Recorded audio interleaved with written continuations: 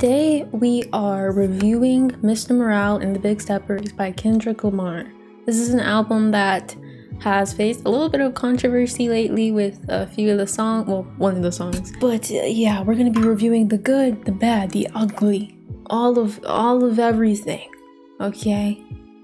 Before we do, though, subscribe, click the button, it costs you nothing, do it. The goal by the end of June is 350.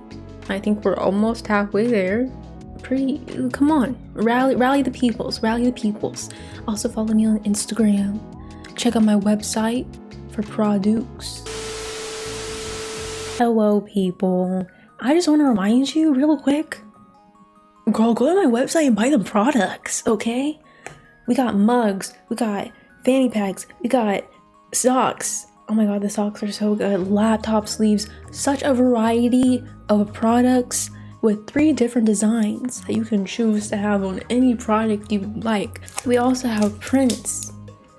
You can kind of see it. You have cool prints for you to put on your wall or just admire because they're beautiful. Get it for a friend.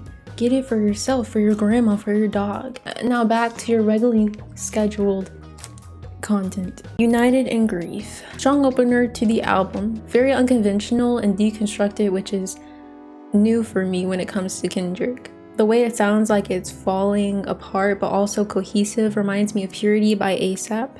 Different tempos and instruments and voices and sounds are thrown together and they don't make sense, but they do at the same time. Only a true artist can make chaos sound cohesive. N95.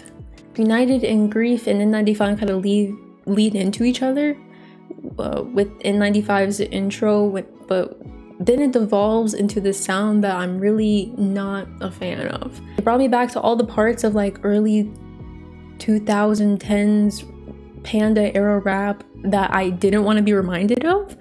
The mumbling and the brr in the background, it's just not for me. It's just not for me. There's also this part where he sounds like Elmo to me towards the end of the song. I'm not a fan. Why Steppers takes a really interesting perspective on culture and patterns within it. The idea of sex with a white woman as a black man being a form of retaliation is so interesting. That this physical superiority over someone could be payback for your ancestors. I guess everyone has to get reparations in their own way. That's just a perspective I've never heard before and for some reason is really fascinating to me. There are also some really interesting lines weaved into the song that you'll miss if you don't listen. Playing baby shark with my daughter, watching for sharks outside at the same time. This is that first introduction to his perspective on his fame and cancel culture, things of that nature. I sense some paranoia that comes from his circumstance, among other things. I love the comment that we are all killers in our own ways, just our indirect participation in society, giving into the structure of white supremacy, makes us killers. Like, that's so sick. Father Time begins to peel back the layers of Kendrick. It's about acceptance and learning. Grown men with daddy issues. Sometimes the people that are meant to be guiding forces for us can barely guide themselves. Kids, especially boys in the black community, are broken by these fractured families that they've been dealt. Systems like slavery and the Reconstruction era sent these people out into the world without a cushion, so instead they landed splat on the concrete and had to figure out how to stand up again. Many men in the black community didn't figure it out, and that reflected itself into these toxic mentalities of what it means to be a man.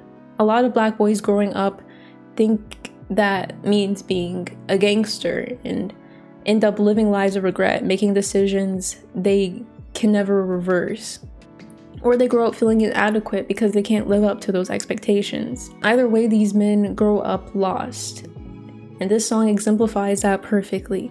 Because of the underlying psychological and emotional trauma that Kendrick's father inflicted on him, he is still dealing with those issues today. We Cry Together is an amazing work of Kendrick's storytelling. It perfectly shows this ever-playing cycle of toxic relationships, toxic mentalities, and how conversations rarely turn into solutions. It's modeled after the relationship of a black couple, but it's universal for society. We yell and scream at each other, fighting over who is wrong. After 24 hours, it's like the conversation never even occurred. Nothing gets solved because we're complacent. We can recognize the truth of our emotions and the truth of our actions, where we need to be as a society, as an individual, but yet our complacency, our mindset keeps us trapped where we are. We blame others, but sometimes we're a part of the problem. Savior talks about an important message that I want to comment on myself. We hold celebrities to such a high standard. They are our idols, our saviors, but we disregard that they are humans. We use them to know what to think, to feel empowered, to know what to buy, what to say. It's like this contract with invisible print they sign. And I know I'm feeling bad for rich people, blah blah blah, who cares, the rich, blah blah blah. Okay, but I think it's important to recognize the role we play in certain situations. If we're going to hold them to this standard of morality, we should hold each other to that same standard. Hold ourselves to that same standard. Auntie Diaries is Kendrick coming to terms with his transphobia and homophobia that he grew up with. This is a hard one because I can see where he was trying to go with this one, but I don't know if this was the way to do it. Throwing around the F slur to me exhibits that he doesn't recognize the weight of that word even after all his growth. He also constantly misgenders his uncle throughout the song. There are other ways to exhibit the same message and call out your transphobia without still being transphobic. I understand he was trying to speak in his past self. I just don't think this was the way to do it. Lots of people have had conflicting opinions about the song. Let me know what you think. Overall, the album was beautiful. In its own unique right, it starts conversations about morality, the people around us, ourselves, and what role we play in the systems we criticize. It has its flaws and sometimes lacks self-awareness, but at other times, it's able to look past different perspectives and offer new ones. I love the motif of the steps at the end of some of the songs. It ties all the songs together perfectly. It makes the album feel cohesive. Features were a good group. Sampa and Summer have great voices, of course. Kodak actually surprised me. The only thing I've ever heard come out of this man's mouth was from that TikTok.